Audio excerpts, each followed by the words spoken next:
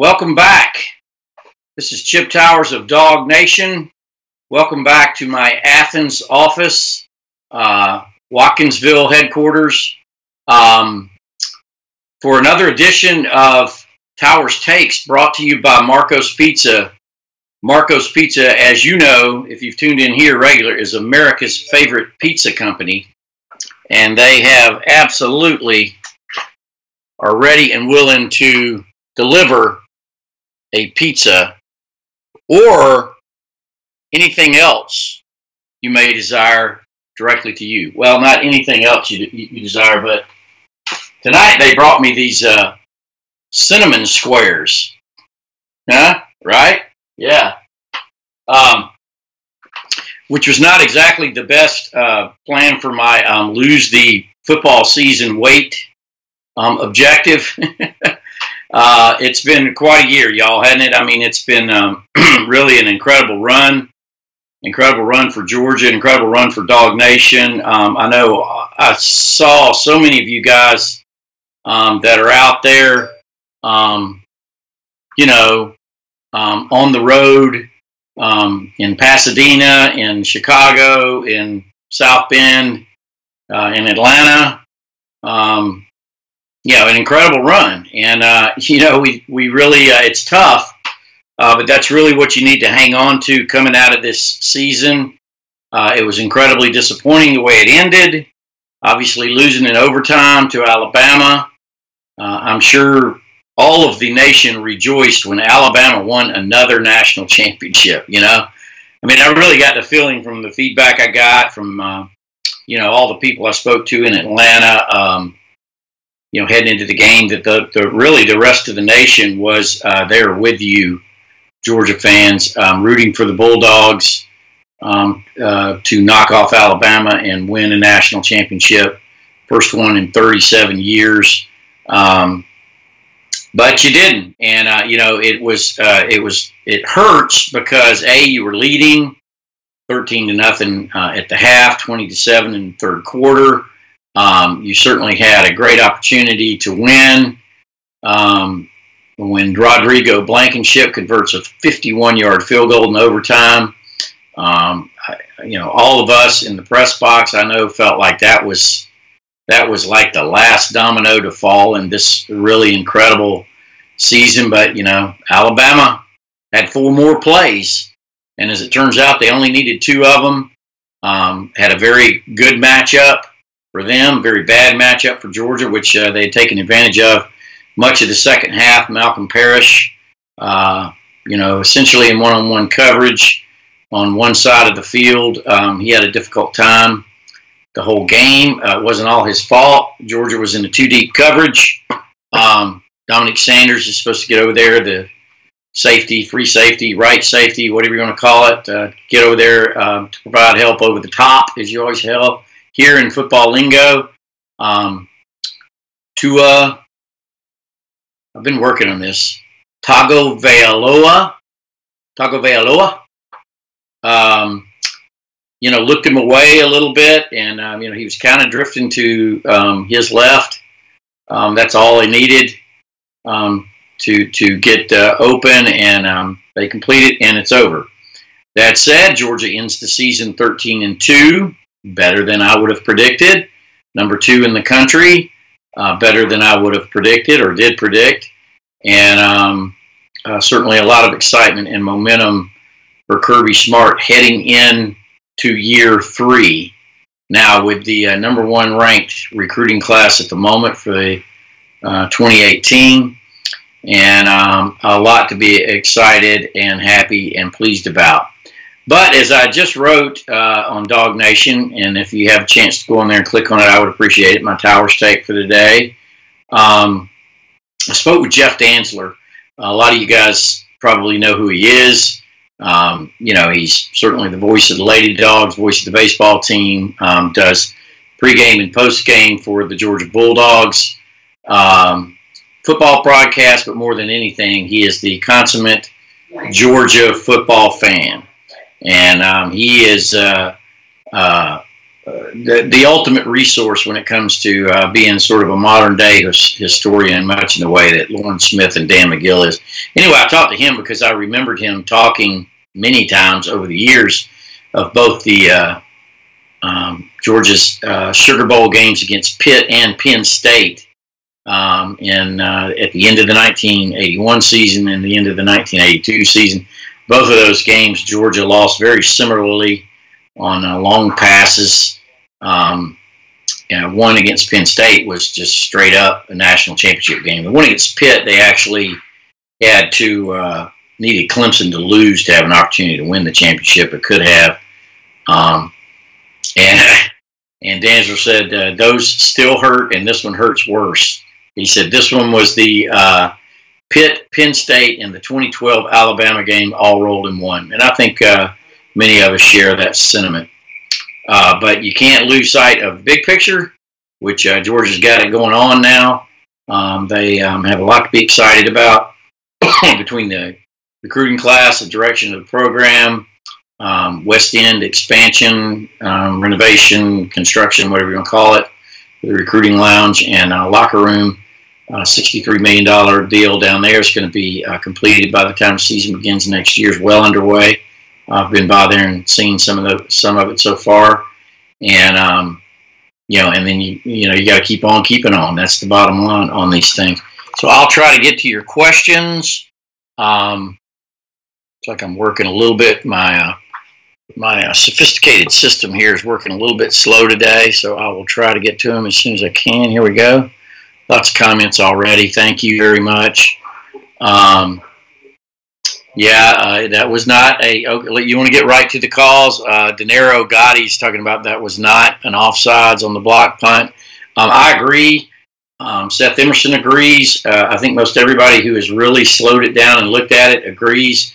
And that to me, of all the non-calls, missed calls, what have you, was the most significant because, there's almost not a bigger play in football than a blocked punt or conversely a muffed punt. Those are huge momentum changers. Looked like Georgia had it early in the third quarter after Alabama gets the first possession to start the half. And, what do you know?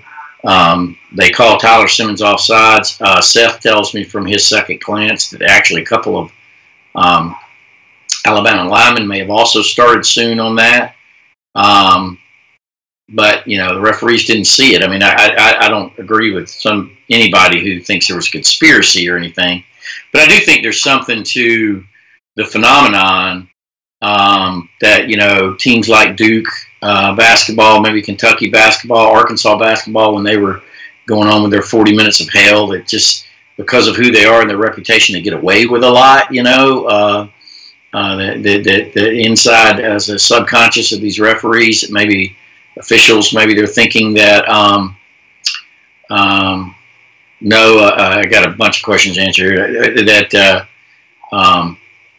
that subconsciously thinking that team's just, they're the stronger, faster, more aggressive teams, or they're just being more aggressive. A couple of people here are asking if that officiating crew was from the Pac-12. They weren't. They were from the Big Ten. I did a little research on that. Sent some emails and made some calls. That is determined by the NCAA. Actually determines who officiates the game. They chose that would be the Big Ten. The Big Ten, I guess, chooses the crew. I got a message into the Big Ten's director of officials, Adam. Can't remember what his name is. Augustine, I believe it is. Left him a voicemail, sent him a message, didn't hear from him. Probably won't. Not going to change anything. Rosine Bickel is pointing out that the Alabama guy shoved Jake Fromm's head. That was very easily could have been called a roughing, not a roughing the passer, but unnecessary roughness. But the official there was marking the ball. I don't know that he saw it. I don't know that anybody else saw it. And if you had seen it, it's kind of, you're also operating in a situation where you kind of want the officials to let them play a little bit as well. And that wasn't the only one. There were other ones as well. Certainly there's no question that One of the receivers started too soon on the 4th and 4 play that resulted in Calvin Ridley's touchdown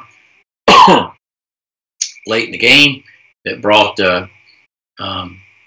Alabama within a single score, and on and on. But here's what I don't know now, and maybe you can tell me if you have. But I wasn't, taking inventory of whatever bad calls there might have been, on Alabama's side of the equation. I mean, I know there's at least a couple, but it's hard to say how many were of the degree that the ones at Georgia. And the bottom line is Georgia was not able to move the football or block Alabama very well toward the end of the game. I've heard a few people talk about how they felt like Alabama was lucky. The ball, for instance, bouncing off of Kendall Baker's head on the one play and getting intercepted. But bottom line is, that's again an example of a weakness that Alabama was taking advantage of. Kendall Baker was shoved 4 or 5 yards into the backfield by Alabama's defensive lineman. That's what caused that to happen. Same thing with their nose guard was having his way with Lamont Gilliard most of the game. They made great adjustments at halftime, both offensively and defensively, not the least of which was Tua Tagovailoa being inserted at quarterback, and that was a big deal. And remember, it's 3rd and 7. When Tua comes into the game, I believe on his second possession, when they finally let him on a score, and Georgia's got enormous pressure, but he evades the rush, had 3 guys on him, including Roquan Smith, gets rid of the ball, gets a first down, and there was a flag on the play. I'm assuming it was in the area of holding, but they took it away, and that call did not stand up. And, so you can slice it and dice it, a million different ways. I thought Kirby Smart handled it well. He didn't get into the bad calls very much at the end of the game, at all. And we really haven't had a chance to talk to him much about it. I don't think, at the end of the day, he's going to have much to say. Farron Legree is talking about he thought about Georgia, that Georgia ran out of gas, and I think there's something to that, a little bit. They were on the field a lot. Their defense was in the second half. And Georgia does a lot to combat that. Danielle Jones-Little says that Mekhi Brown should have been removed from the game. That's the guy who punched Walker Grant. Ended up getting in a fight with the coach on the sideline. He did return to a game. I don't disagree with that. I don't know why he wasn't. Normally, when you have make a punch, when you see a pure T punch, it's one thing if you shove somebody. It typically results in a being kicked out of the game. He was not. But again, Hal Love said he'll be fined. That's pretty funny. Derek Edie, I agree with you. He says, time to stop relitigating that game. Let's talk about the future, next steps, and what Kirby learned from that loss. And I agree with that. I think that's a great place to focus. Georgia has a lot going for it. Right now, the #1 class in the country, and what makes this a little bit different than usual, a lot of times Georgia's been ranked very high at the end of December, early January, only to lose some of their guys toward the end of the recruiting cycle. But most of these guys have signed. I think only 3 of those commitments that give you a #1 ranking are not signed. So, and Georgia has Justin Tell will tell you all about it on Wednesdays. But Georgia has some great prospects with the other guys. Thomas East says he agreed that Dan Capron shouldn't have been the head official since he was dismissed or whatever. I haven't gotten into that controversy. I saw the stories about him being removed from the Purdue game or whatever it was in 2002. That was a long time ago. I don't know. I really want to get in touch with the Big Ten and get some background on that to find out what it was, how they arrived at this particular crew being out there. it's not going to make any difference at the end of the day. Welcome, Eric Herbst. Good to see you here, former Central DeKalb Cardinal. Like myself, Billy Leslie simply says, "Go Dogs." Terry Sadler says, "A lot of bad calls, not in our favor. We just got too conservative." And that was, somebody was asking earlier, what you think Kirby learned from this. And I don't know that it was Kirby directly or Jim Chaney. And I don't even really know 100% that you got conservative. You were, after all, throwing on first down when Jake Fromm bounced the ball off that guy's helmet. That's early in the third quarter. It certainly didn't look like you were about to sit on the lead there. A couple of people asking about the line in 18. Listen, you're sorely going to miss Isaiah Wynn. He had a great game, actually, by the way. I don't know if you noticed in the national championship game, which is saying something against that Alabama defensive front. He'll go on to an NFL career, I'm certain, probably as a guard or center. There's always talk about him playing center at Georgia, but he always worked at it, but never did at the end of the day. Danny Puckett says Isaiah Wilson is a monster. He is. I had a chance. I haven't had a chance to report on it, but I did talk to him at the CFP championship game media day. And he's a terrific young man. He does not begrudge what happened this season. He can't wait till next season. And, he could be a difference maker for Georgia. I do think, well, in fact, Sam Pittman told Seth Emerson, if I'm not mistaken, that Andrew Thomas was going to move from right tackle to left tackle. That opens things up for either Isaiah Wilson, Ben Cleveland, or the freshman, Cade Mays, I think his name is, over there at that right tackle. Really too early to speculate on that stuff. Hopefully Gilliard will come back. I think he'd be crazy to turn pro, but you never know. But if he comes back as center, that's a real help, because the center is such an important position in the O-line. Gary Stokes asked simply, is Eason leaving? I actually haven't reported this, but I did exchange texts with Tony Eason, asking him about that report. He just said he's not a source for that report with the Seattle Times. He doesn't know where it came from. That said, I imagine there's probably some truth to it. I would imagine the Seattle Times sources are coming out of the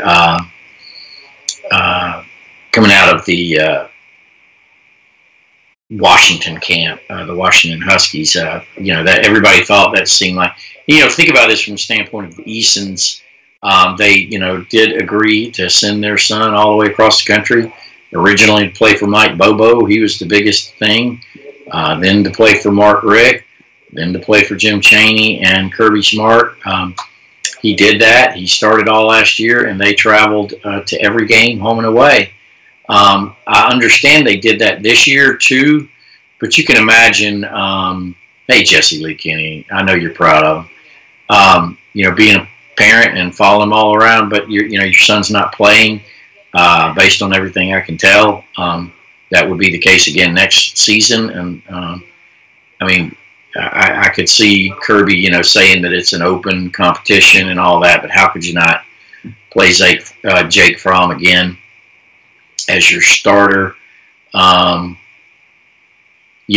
Peter, Jeffrey Wilson talking about Fromm overthrowing Swift on third down wasn't the fault of officials. Dogs can and will play better. There was dozens of plays like that where you just failed to execute, and that's part of it. And heck, Alabama didn't execute very well sometimes too. As Patrick Allen Neesmith will tell you, my good friend who's a big Alabama fan, and he hasn't rubbed anybody's nose in it. He says he believes that the Dogs should have won, disappointed in the bad calls, would rather not see that stuff. That's from an Alabama fan himself. But, at the end of the day, it's not going to change anything. They're not going to redo the result. We're not going to all gather back at the Mercedes-Benz Stadium and have a do-over. So, it is what it is. Jason Johnson says he wishes Eason the best. Nothing but the best wherever he goes. He chose the Dogs. And once his arm is under control, he will be a great NFL quarterback. I do believe he'll be a great NFL quarterback. Ladies and gentlemen, my brother-in-law, Bill Keeling, a prince of a man, if there ever was one. Thanks for watching, Bill. Hope to see you this weekend sometime. And my sister, Tony, who we call T. Bill, I saw Bill's comments on Facebook a little bit the night of the game. He's a big dog fan with some Auburn background in his life, but he's dogs all the way. All his kids matriculated at Georgia. 2 of them were Georgia cheerleaders, as well as a sister-in-law. Daughter-in-law. Excuse me, Bear's wife. All so it's Georgia through and through over there, and I know everybody was hurting. A few people have asked this that whether or not Roquan Smith has decided to turn pro or stay. There has been no announcement yet. I suspect there will be an announcement in the coming days. They have until the 15th to declare. If I'm not mistaken, that's 4 days from now. Typically, they take all that time. I would imagine Georgia will handle it like it did last year, and they will have some kind of news conference or something, specifically for those who are coming back, not necessarily for those who are leaving. I would think those guys are probably. I would think Roquan is on his way. I mean, if you look at the projections, he is a top 10 generally consensus. Top 15, but top 10. I've seen a lot of 8, 5, 6, 7. Who knows when he'll actually go? But that's life-changing money. That's lottery money. That's like saying I can win the lottery. It was different, as I understand it, with Chubb and Michelle and Carter and Bellamy. Now, make no mistake, those guys would have, I believe, anyway. I don't know what their NFL draft evaluation said. They don't say much. They just say first or second rounder or should stay. That's all they're told by the NFL. And I don't know if theirs were first or second rounder should stay, but those guys could have made money in the NFL. So that's that narrative is genuine from the standpoint of they could have gone pro and made a paycheck last year, and probably a really good one. Bridget Bellamy is on here. Hello, Miss Bellamy. And that was interesting news that I don't know who originally uncovered it. Seth Emerson, as always, is the one where I read the report from that Davin Bellamy got a patent on the phrase "humble yourself," which is hey, smart. These guys are thinking about their future. Hello, Chad Clark, Kendall Dean. I don't agree with that. Kendall Dean says the sad thing is if he brings Eason in the third quarter, we could have spread their defense out because of Eason's arm and then ran for days. It's not that simple. I think one of the things that two of the things you're not counting on there is, Jake Fromm's gamesmanship and ability to check in and out and move in general, and Eason not being as mobile back there when you're playing a defense like that where they're getting the penetration they were. Very, very difficult. Hello, welcome, Robert Wolf. I loved Robert. Robert Wolf is sort of a friend of an acquaintance. I've known him going back for years, all the way back to the 2002 Sugar Bowl, I believe, is when I first met Robert. Longtime Georgia fan, good friend of Mark Schlaball's, and he had a nice Facebook post. Robert, you did. I like that, talking about kind of putting the year in perspective. He followed him everywhere and spent a lot of money doing that. But it's been a great year, and you got to kind of embrace that. Kevin Cheek is talking about the bad calls against Georgia and the shoving the helmet. Shoving the helmet thing, is probably the least of all those to me because it did show poor sportsmanship, but, it was not I didn't hurt him, that kind of thing. And you could see how they could miss that at the end of a play when everybody's spotting the ball and doing everything they do at the end of a play. Another good question that's probably bears bringing up after all this is why can't offsides and some of those other plays be reviewable? They do, after all, now have the laser technology and everything else. You should be able to go back and look at that. Howard Scott says no excuse for the bad officiating, and I agree. I don't know how they settle on that crew. I'm assuming by the NCAA designating the Big Ten crew to officiate the game, that it was the best of the Big Ten based on their grades this season or whatever. I don't know how that works, and I was trying to get some answers from the Big Ten. I have not heard back from them yet on that. Clark Land has a question here. What kind of quarterback is Justin Fields, and how is Elijah Holyfield going to fit in next year?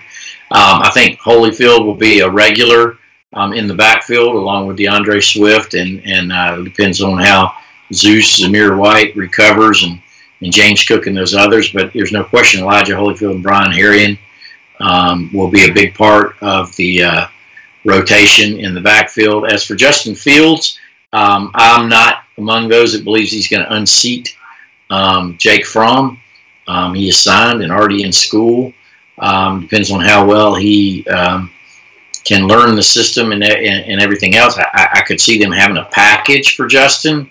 I saw him play. They sent me down there specifically to do a column on what I thought about Justin Fields, the player, during the season. And that happened to be the game that he broke his finger in. So I ended up writing about him breaking his finger and Kirby being there, and didn't write about my personal observations.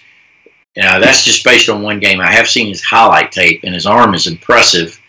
But one of the issues I have with him is, he just ran way too much. He was a runner in the backfield. Some of that was because of Harrison Hoya's line was not all that great. Other part of it was the fact that,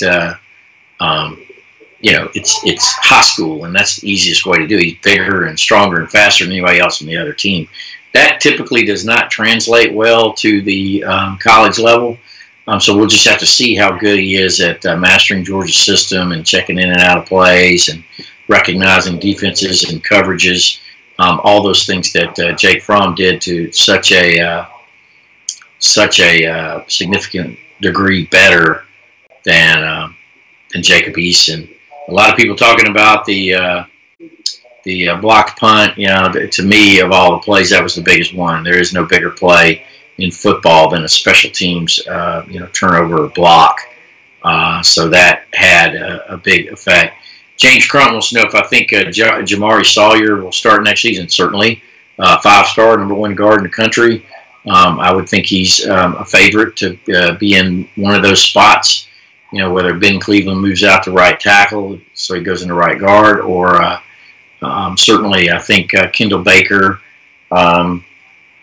played well, but at times was a liability at left guard. So there'll be a big competition there, and then you never know that. They could revamp everything, and he could be a center. I know he knows how to do that, or what have you. So let's see. Nigel Warren Combs wants to know if Georgia changed their defensive scheme when Tua came in. I don't think so. I think they played him the same. We are getting pretty close here to having to go just about 1 or 2 minutes out. So, but yeah, no, I don't think they changed that. I think he changed the game with his ability to play it. Now, why they didn't play him more than 13 and a half games, you'll have to ask Nick Saban and those guys.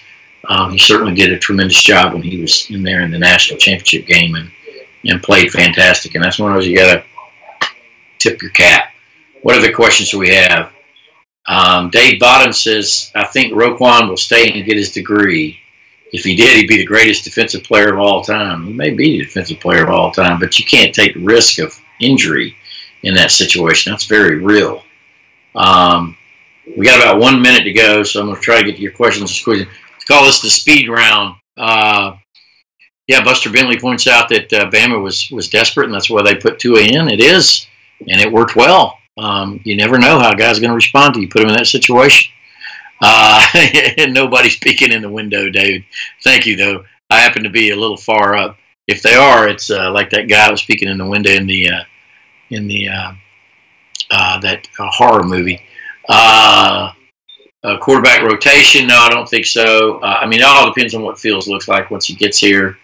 No, we never got a chance to. Derek Eady wants to know did Sanders ever say what he saw in that play? was disappointed in Dominic Sanders, a guy I have a great deal of respect for, a player I like a whole lot. But he hit out and did not answer questions. Neither did Malcolm Parrish. Neither did Lorenzo Carter, which saddens me. I understand those guys are hurting, but I still think it's a big part, especially when you're a senior, of just answering the media's question. We're not there to rip anybody. We're there to ask, what did you see on that play? What happened? They're amateurs after all. And look, Malcolm Parrish is in there because he was their best option at the position. So, and Bobby Laurie Wright says, I read where Rodrigo's denied a scholarship a week before the national championship. No, that's not true. Dominique is a damn good dog, says Brad Gibbs. How would we have remembered him if he had intercepted that pass instead of allowing him to score? Or, if he'd have scored on that one he did intercept. He's a fantastic player. Charlie Warner's injury, Tom Gross wants to know the extent of it. It's fairly serious. He battled an ankle injury all year. That's what knocked him out in the beginning of the year. He's a great player. And the best, thank you, Rick Martin. Twilight Zone. If he can ever get healthy, I think he might be their best option, better than Nada, better than anybody else at the tight end position because of his combination of both being able to be a good receiver and route runner and an excellent blocker. And I think the future is very, very bright for him. He's got to get well. Hello, Clay Bryant. All right, I'm being told here that we are out of time, so I want to thank everybody here for tuning in to another episode of Towers Take, brought to you by Marco's Pizza, America's favorite pizza company, and my favorite pizza now, bar none. I got some right in there, and I've got the cinnamon squares, which are freaking awesome. So I would recommend it to anybody. Find one around you. You can find them online. D'Angelo Gibbs will be back. That's about all the questions I can get to for now. So for everybody at Dog Nation and for Marco's Pizza, thanks for tuning in, and we will see you next week. Apparently we're going to keep on with this, y'all. So thank you very much for supporting it, and I'll see y'all next Thursday, 6 o'clock. See ya.